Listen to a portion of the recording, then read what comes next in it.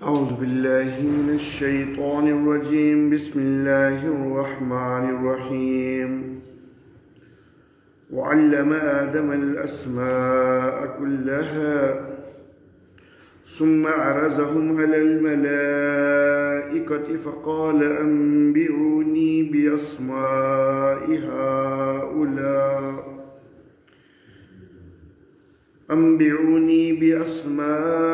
هؤلاء إن كنتم صادقين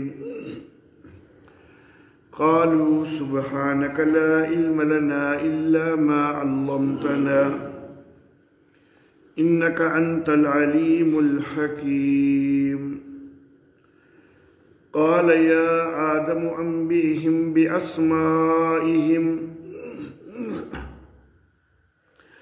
فلما أنبأهم بأسمائهم قال ألم أقل لكم إني أعلم غيب السماوات والأرض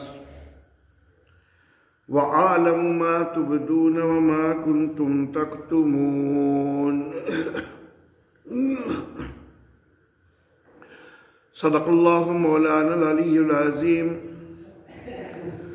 وبلغنا نبيه ورسوله الكريم محترم احباب،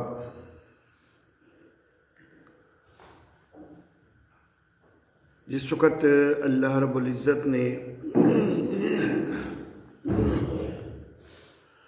سورہ مبارکہ کی آیت نمبر 21 اور 22 میں سورت کا دعویٰ ذکر فرمایا کہ یا ایھا الناس اعبدوا ربکم، کہ لوگوں بندگی اپنے رب کی کرو، اور پھر آیت نمبر 22 کے اندر لا تجعلوا للہ اندادا بھی فرمایا کہ اپنے رب کی بندگی کرنی ہے اور پھر کسی کو اللہ کے ساتھ شریک بھی نہیں بنانا۔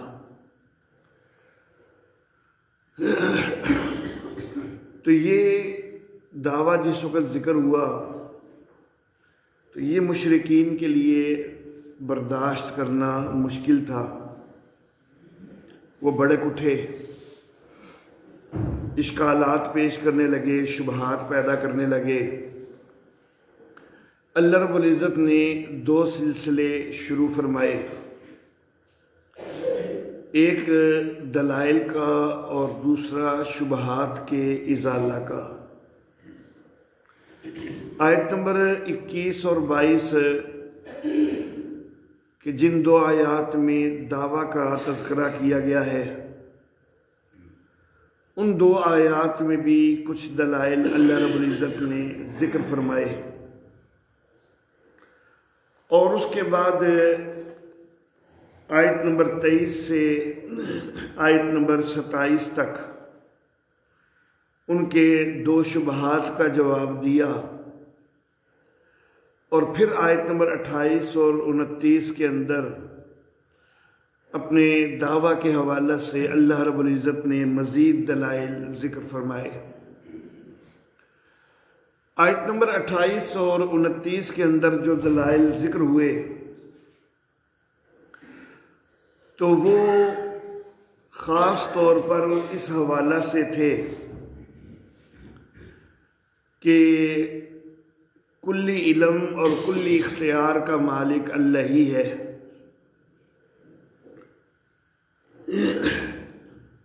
اور آیت نمبر 29 کے آخر میں یہ لفظ بھی آگے کہ وَهُوَ بِكُلِّ شَيْءٍ عَلِيمٌ، کہ وہ ہر چیز کو جاننے والا ہے۔ تو جس وقت اللہ رب العزت کے اختیار اور اللہ رب العزت کے علم کا تذکرہ ہوا اور یہ لفظ ارشاد فرمائے گئے کہ وہ ہر چیز کو جاننے والا ہے، تو اب اللہ رب العزت نے مخلوقات میں سے جو 3 اہم ترین مخلوقات ہیں، فرشتے، انسان اور جن، تو ان تینوں کے علم غیب کی نفی فرمائی ان آیات میں، جو کہ گزشتہ درس میں بھی میں نے تلاوت کی اور آج کے درس میں بھی تلاوت ہوئی ہیں اور ابھی آگے آ رہی ہیں مزید۔ تو آیت نمبر 30 سے آیت نمبر 39 تک اللہ رب العزت نے تینوں مخلوقات سے علم غیب کی نفی جو ہے وہ ظاہر فرمائی ہے، تاکہ وہ جو دلائل دیے گئے اور ان میں ساتھ یہ فرمایا گیا کہ اللہ ہر چیز کو جاننے والا ہے، تو ساتھ یہ بھی واضح ہو جائے کہ جس طرح کا اللہ رب العزت کا علم ہے ہر چیز کو جاننا، تو یہ صرف اللہ ہی کا خاصہ ہے، یہ چیز کسی اور میں نہیں پائی جاتی۔ تو اسی سلسلے میں یہ آیت نمبر 30 سے 39 تک کی آیات ہیں، جن میں پہلے اللہ رب العزت نے فرشتوں کے سامنے سیدنا آدم علیہ الصلاۃ و تسلیمات کی تخلیق کا اظہار فرمایا۔ فرشتوں نے اس کے اوپر ایک استفسار کیا اور اللہ رب العزت نے انسان کی طرف سے اس استفسار کا جواب دیا۔ یہ تفصیل گزشتہ درس میں عرض کی جا چکی ہے۔ فرشتوں نے اندازہ کر کے ایک استفسار کیا تھا، ایک سوال کیا تھا، جس کے جواب میں اللہ رب العزت نے یہ ارشاد فرمایا تھا کہ انی اعلم ما لا تعلمون، فرشتوں میں جانتا ہوں جو تم نہیں جانتے۔ اور ان لفظوں کے اندر اللہ رب العزت نے انسان کی ایک بڑی تعریف فرمائی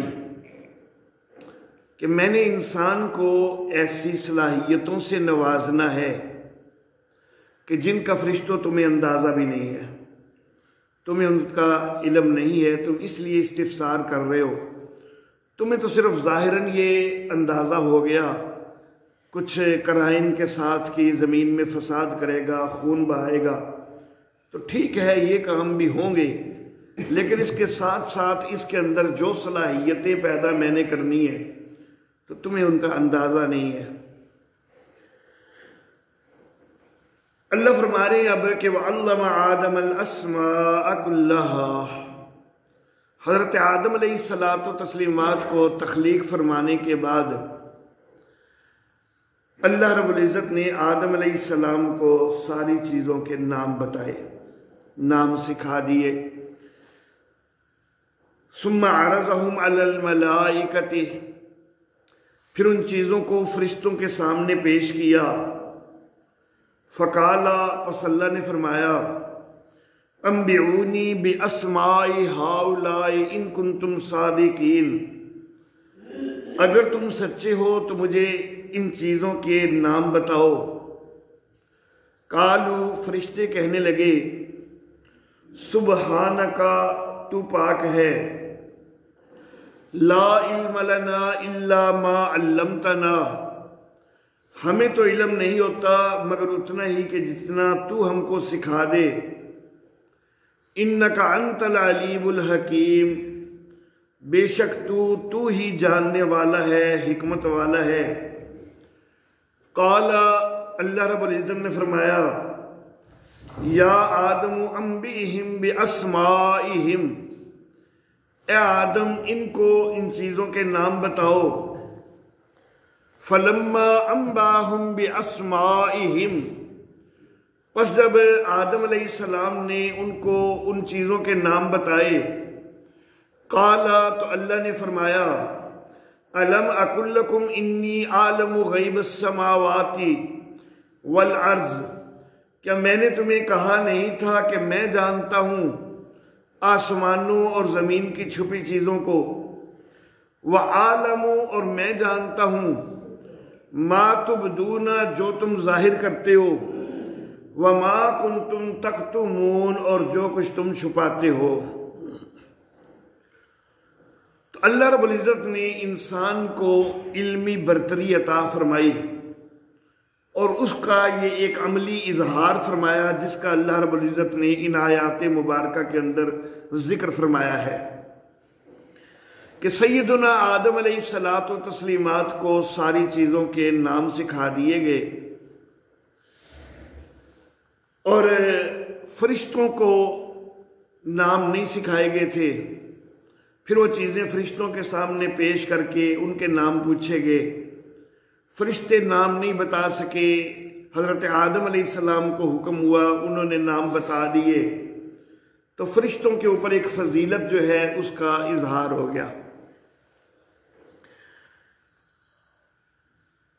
اللہ رب العزت نے جو انسان کو نام سکھائے، سیدنا آدم علیہ الصلاۃ والتسلیمات کو نام سکھائے اور پھر علمی برتری کا اظہار فرمایا۔ اب نام سکھانے کے دو انداز ہو سکتے تھے۔ ایک انداز یہ کہ اللہ رب العزت ایک ایک چیز کو سیدنا آدم علیہ الصلاۃ والتسلیمات کے سامنے کر کے تو نام بتائیں کہ اے آدم اس کا یہ نام ہے، اس چیز کا یہ نام ہے، اس چیز کا یہ نام ہے۔ تو ایک طریقہ یہ تھا کہ اللہ اس انداز میں سارے نام بتائیں،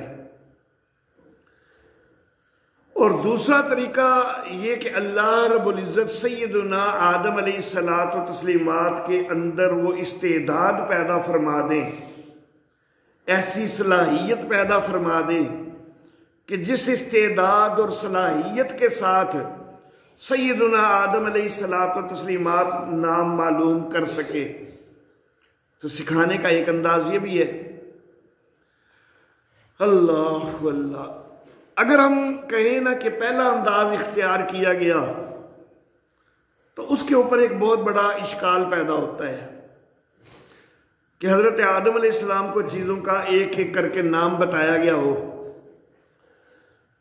اشکال یہ پیدا ہوتا ہے کہ اس کی صورتحال تو پھر کچھ یوں بنے گی کہ جیسے ایک استاد اپنے طلبہ میں سے ایک سبق پڑھاتے وقت ایک طالب علم کو کلاس کے اندر روک لے اور باقی سب کو کہے کہ فی الحال تم جاؤ باہر، میں نے یہ سبق صرف اسی طالب علم کو پڑھانا ہے، تمہیں نہیں پڑھانا، باقیوں کو سب کو باہر بھیج دے۔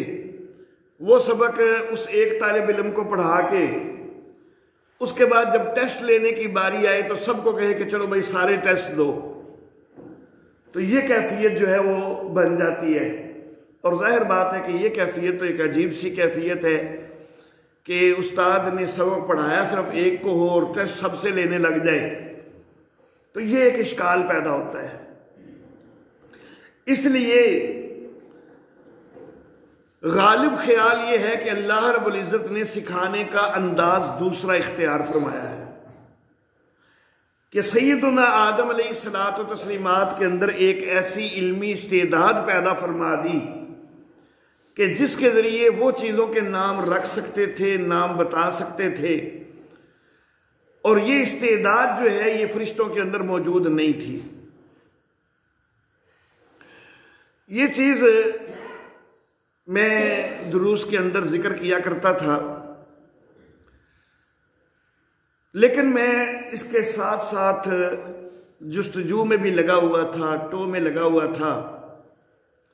بیان تو میں کر دیا کرتا تھا لیکن دل میں ایک چیز سے ڈر بھی لگتا تھا کہ ایک ہوتی ہے تفسیر بالمعصور اور ایک ہوتی ہے تفسیر بالرائے۔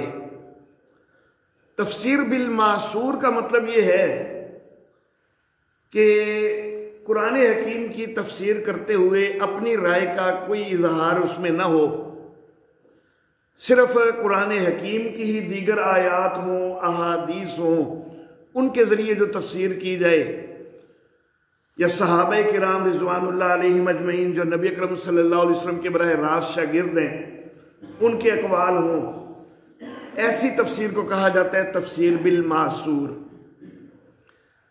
اور دوسری ہوتی ہے تفسیر بالرائے کہ جس میں اپنی رائے کا بھی اظہار ہو۔ یہ جو تفسیر بالرائے ہوتی ہے نا، یہ دو طرح کی ہے، ایک تفسیر بالرائے جائز ہے اور ایک تفسیر بالرائے حرام ہے۔ جو شریعت کے قواعد کے، عربی گرامر کے قواعد کے بالکل مطابق ہو اور اس میں شریعت کے کسی قاعدہ کے اوپر کوئی اثر نہیں پڑ رہا کسی قسم کا، شریعت کے بنیادی اصولوں کے اوپر اس کا کوئی اثر نہیں پڑ رہا اور ایک نئے نقطے کا بیان ہے، تو یہ تفسیر بالرائے جو ہے جائز ہوتی ہے۔ لیکن ایسی تفسیر بالرائے کہ جس کے اندر تفسیر کرنے والا دانستہ یا نادانستہ کوئی ایسی چیز بیان کر رہا ہے کہ جس سے اسلام کے بنیادی اصول جو ہیں ان میں کچھ نہ کچھ حرف پیدا ہو جاتا ہے، خرابی پیدا ہو جاتی ہے، شریعت کے بنیادی اصولوں میں کوئی تبدیلی پیدا ہو جاتی ہے، تو ایسی تفسیر بالرائے حرام ہوتی ہے۔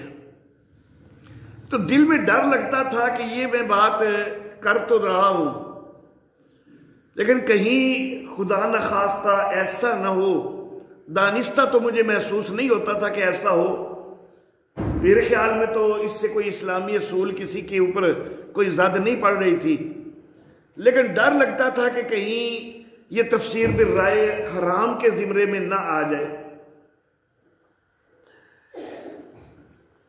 والد محترم حضرت قاضی عصمت اللہ عاصمہ اللہ تعالی، ان کے فجر کے درس الحمدللہ وہ تقریباً پورے قرآن حکیم کے جو ہے وہ محفوظ ہیں۔ ہمارے بڑے محترم عزیز حافظ محمد اشرف صاحب، انہوں نے اس کے لیے بڑی کوشش کر کے ان کو جمع کیا ہوا ہے، وہ ریکارڈنگ ساتھ ساتھ کرتے رہے، لیکن معاملہ یہ ہوا کہ سورہ البقرہ کی ابتدائی دروس، یا بلکہ یوں کہہ لیں کہ پہلے سپارے کا تقریباً ایک پاؤ پہلا، اس کے درس جو ہے وہ مس ہیں۔ میں نے بڑی کوشش کی، یہ کہیں سے بھی جو ہے وہ مجھے نہیں مل رہے، کئی تفاسیر وغیرہ میں بھی میں اس چیز کی ٹو میں برل لگا رہتا تھا، تو دل پوری طرح مطمئن نہیں ہو رہا تھا۔ لیکن پھر الحمدللہ والد صاحب کے دورہ تفسیر کو جو ہے وہ سنا اس مقام پر، تو وہاں پر والد صاحب رحمہ اللہ نے بھی یہی بات بیان فرمائی کہ فرشتوں کے اندر ایک استعداد، انسان کے اندر ایک استعداد ایسی پیدا کی گئی کہ جس کے ذریعے نام جو ہے ان کا علم ہوا، تو پھر دل مطمئن ہو گیا کہ الحمدللہ یہ تفسیر بالرائے الحرام کے تحت نہیں آئے گی، یہ جو ہے تفسیر اللہ رب العزت نے مجھے صحیح کی ہی الحمدللہ توفیق عطا فرمائی ہے۔ تو بہرحال فرشتوں نے جو سوال کیا تھا تو اس کے جواب میں بھی یہی بات مناسب لگتی ہے کہ اللہ نے فرمایا نا کہ انی اعلم ما لا تعلمون، فرشتوں میں جانتا ہوں جو تم نہیں جانتے۔ تو اس جملے میں بھی اللہ رب العزت انسان کی مخفی استعدادات جو ہیں ان کی ہی نشاندہی فرما رہے ہیں کہ انسان کے اندر جو صلاحیتیں ہونی ہیں فرشتوں تمہیں ان کا نہیں پتا، تو اس کی مناسبت سے ایک صلاحیت کا ان کے سامنے فوری اظہار کروا دیا۔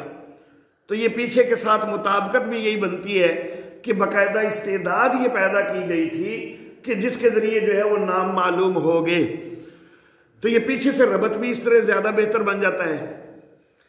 مزید ایک چیز یہ کہ اگر آدم علیہ الصلوۃ والتسلیمات کو ایک ایک چیز کا نام بتایا گیا ہوتا نا باقاعدہ اشارہ کر کے کہ یہ فلاں ہے، یہ فلاں چیز ہے، یہ فلاں چیز ہے، اس کا یہ نام ہے، اس کا یہ نام ہے، اس کا یہ نام ہے، تو پھر یہ بھی ذکر ہو جاتا کہ آدم علیہ السلام کے سامنے چیزیں پیش کی گئی، لیکن یہاں پر فرشتوں کے سامنے تو چیزیں پیش کرنے کا تذکرہ موجود ہے۔ آدم علیہ السلام کو جب نام سکھائے گئے ہیں اس کا جب تذکرہ آیا ہے تو وہاں پر اللہ نے کوئی ذکر نہیں کیا کہ میں نے آدم علیہ السلام کے سامنے بھی چیزیں پیش کر کے تو ان کے نام بتائے۔ تو اس سے بھی اشارہ یہی ہو رہا ہے کہ آدم علیہ الصلوۃ والتسلیمات کے سامنے چیزیں لا کر ایک ایک کا نام بتانے کی ضرورت نہیں تھی، بلکہ ایک علمی استعداد ان کے اندر ایسی پیدا کر دی گئی کہ جس کے ذریعے انہوں نے نام سکھا دیے، وہ نام بتا دیے۔ تو بہرحال اللہ فرماتے ہیں وَعَلَّمَ آدَمَ الْأَسْمَاءَ كُلَّهَا، ہم نے آدم علیہ السلام کو ساری چیزوں کے نام سکھائے، یعنی ان کے اندر استعداد پیدا کر کے ان کو ان کے ناموں سے آشنا کر دیا۔ یہاں پر ایک لفظ آ گیا کلہا، کہ ساری چیزوں کے نام جو ہے وہ سکھا دیے۔ اللہ اللہ۔ بعض احباب یہاں پر کہنے لگ جاتے ہیں کہ دیکھو جی ساری چیزوں کے نام سکھا دیے حضرت آدم علیہ السلام کو، تو پھر سارا علم عطا ہو گیا نا، تو پھر کلی علم مل گیا، عالم الغیب بن گئے۔ تو میں یہ عرض کرنا چاہوں گا کہ بڑی ہی نادانی والی بات ہے یہ۔ صرف نام معلوم ہو بھی جائیں اگر ساری چیزوں کے، تو ان ساری چیزوں کی پوری حقیقت تو نہیں معلوم ہو جاتی۔ آپ میں سے اکثر احباب میرا نام جانتے ہیں کہ لکال محسن نام ہے میرا، جو نہیں بھی جانتے تھے ابھی انہوں نے بھی سن لیا۔ اب نام تو معلوم ہو گیا تو کیا میرے حالات زندگی سب کو پتہ چل گئے؟ کیا میرے اندر کی خواہشات، میرے جذبات وہ سب کو پتہ چل گئے؟ ایسا تو نہیں ہے۔ تو صرف نام معلوم ہو جانے سے حقیقت کا علم نہیں ہو جاتا۔ قرآن حکیم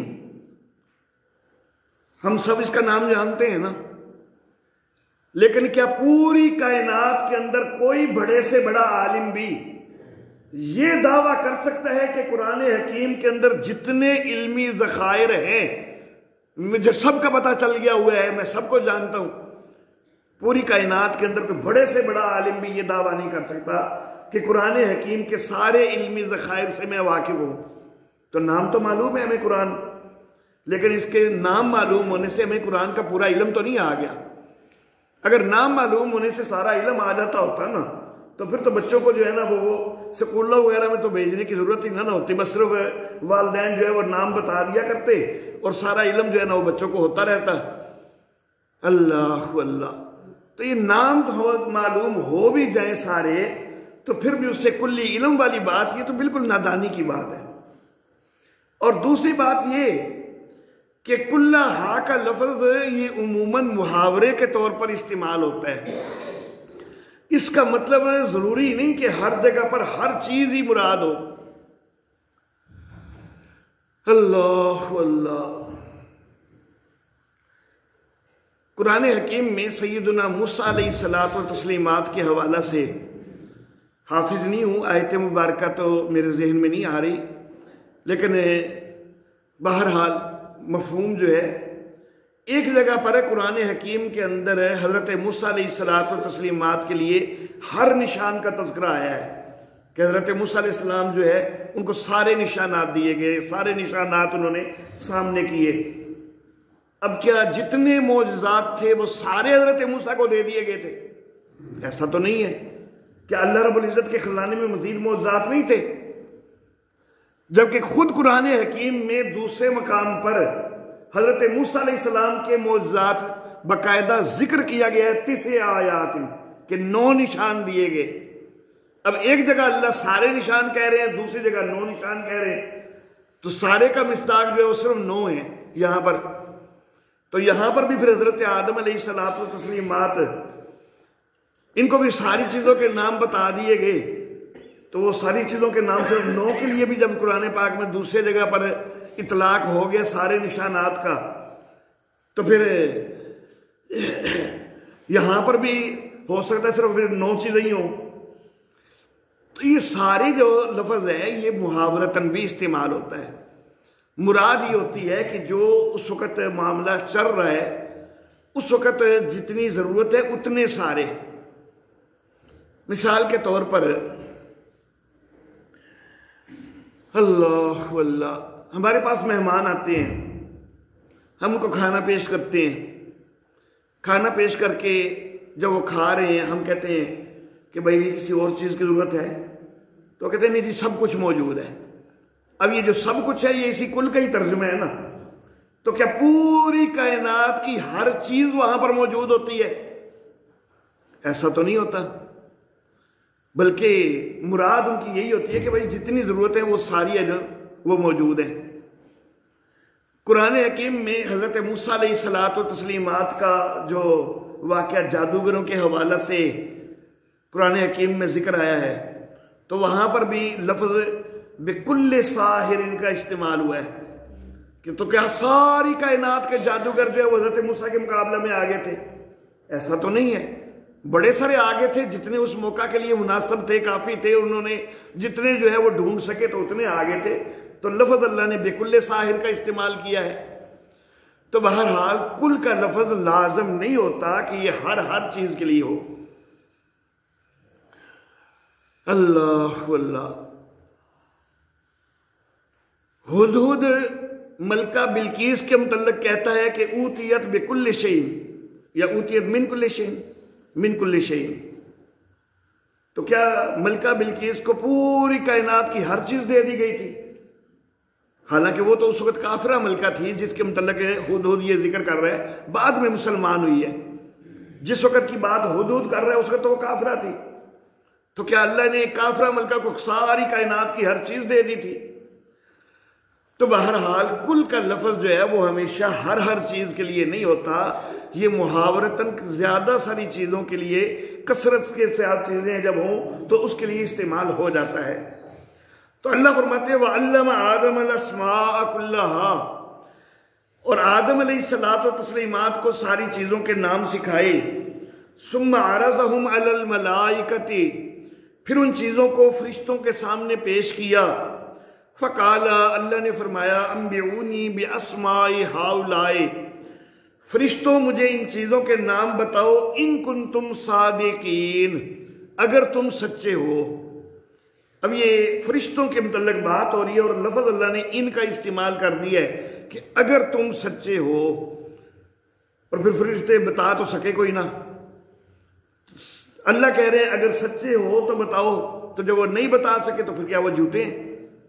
حالانکہ فرشتہ تو جھوٹ کی جرات کر ہی نہیں سکتا، فرشتے کے اندر تو گناہ کا مادہ ہی کوئی نہیں، اور جھوٹ تو گناہ کبیرہ ہے، تو فرشتہ تو کبھی جھوٹ بول ہی نہیں سکتا۔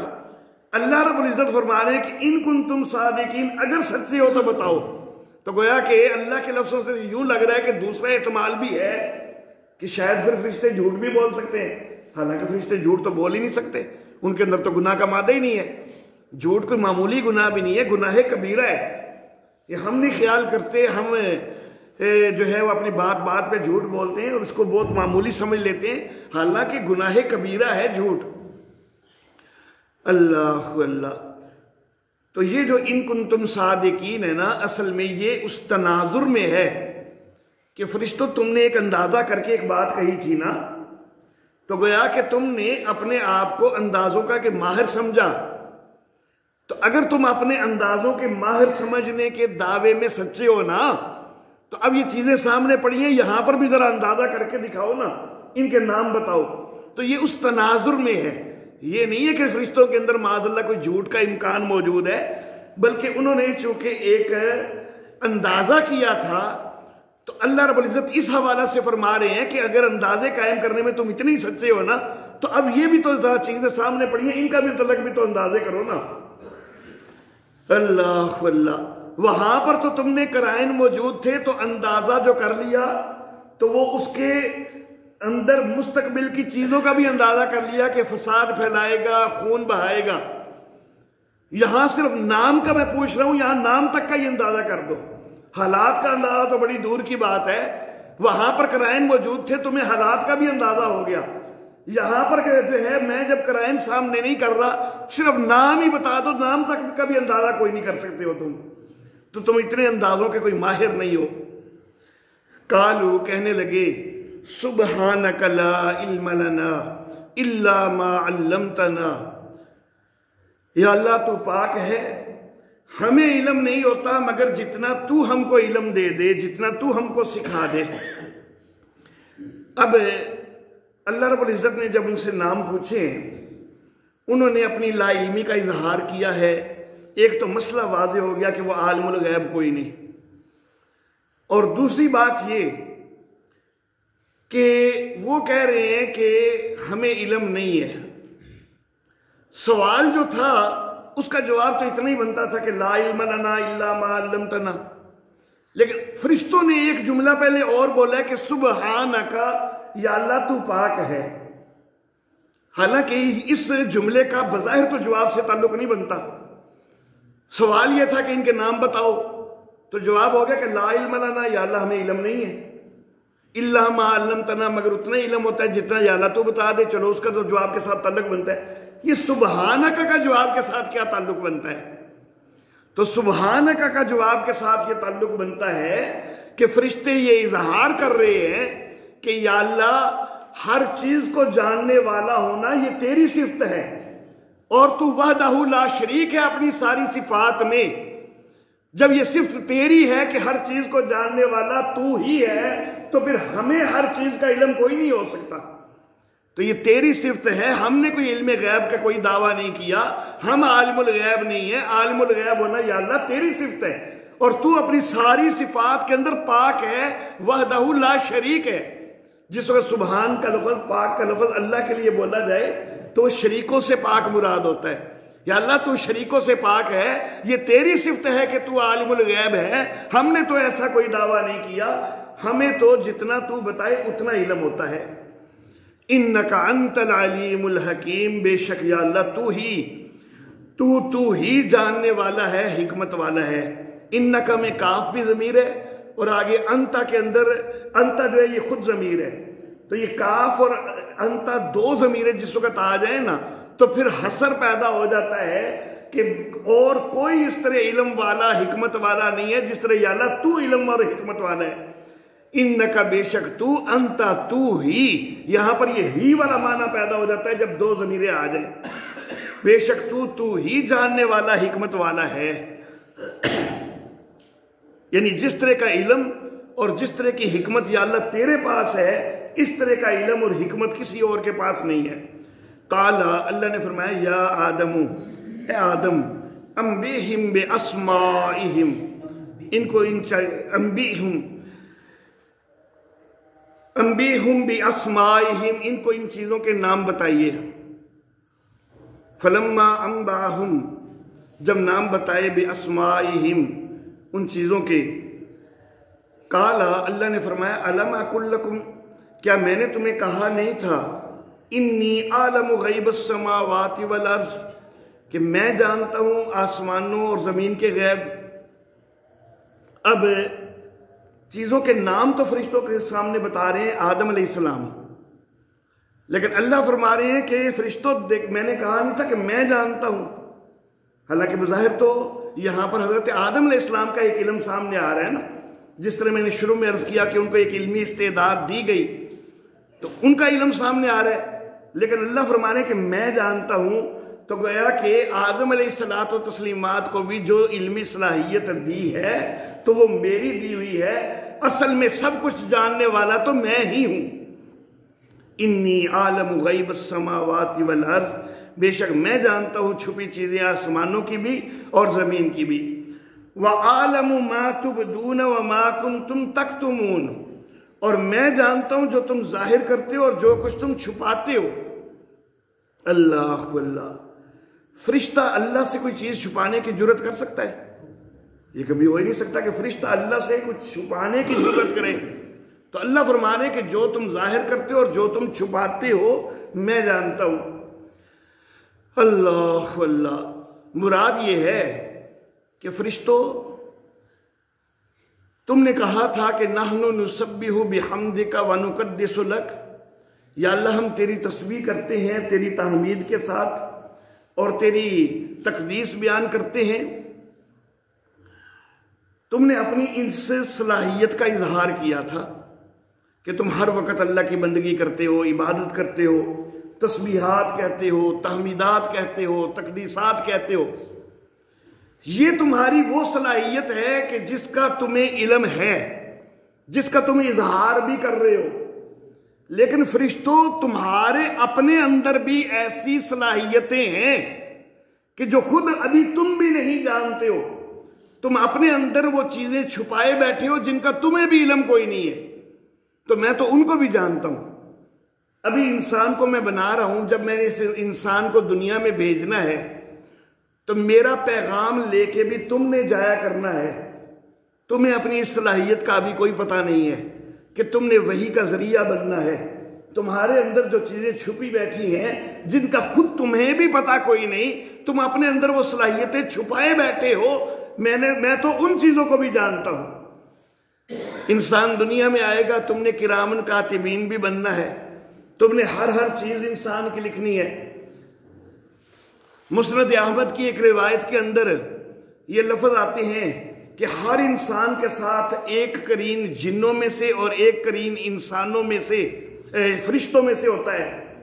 تو تم نے لوگوں کے قرین بھی بننا ہے، ان کے ساتھ ملنا ہے، جو ان کو نیکی کی طرف، جو جن قرین ہے وہ شیطان ہے، وہ گناہ کی طرف مائل کرتا ہے، جس کو ہم حمزاد کہتے ہیں، اور جو فرشتوں میں سے قرین ہے مسند احمد کی روایت کے مطابق تو وہ نیکی کی طرف مائل کرنے والا ہے۔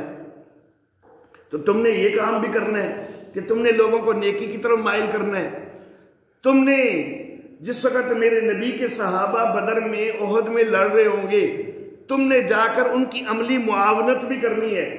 فرشتوں، تمہیں ابھی یہ چیزیں نہیں پتا کہ تمہارے اپنے اندر کیا کچھ چھپا ہوا ہے، تو تم کو خود اپنی مخفی صلاحیتوں کا بھی علم نہیں ہے۔ تم انسان کے متعلق صلاحیتوں کے اندازے کر رہے ہو، تمہیں تو خود اپنی مخفی صلاحیتوں کا پورا علم نہیں ہے۔ میں جانتا ہوں جو کچھ تم ظاہر کرتے ہو، یعنی جتنی صلاحیتیں آج تک تمہاری سامنے آ چکی ہیں ان کو بھی میں اللہ جانتا ہوں، اور جو تمہاری صلاحیتیں چھپی ہوئی ہیں ان کو بھی میں اللہ جانتا ہوں۔ وآخر دعوانا ان الحمد للہ رب العالمین۔ الحمد للہ۔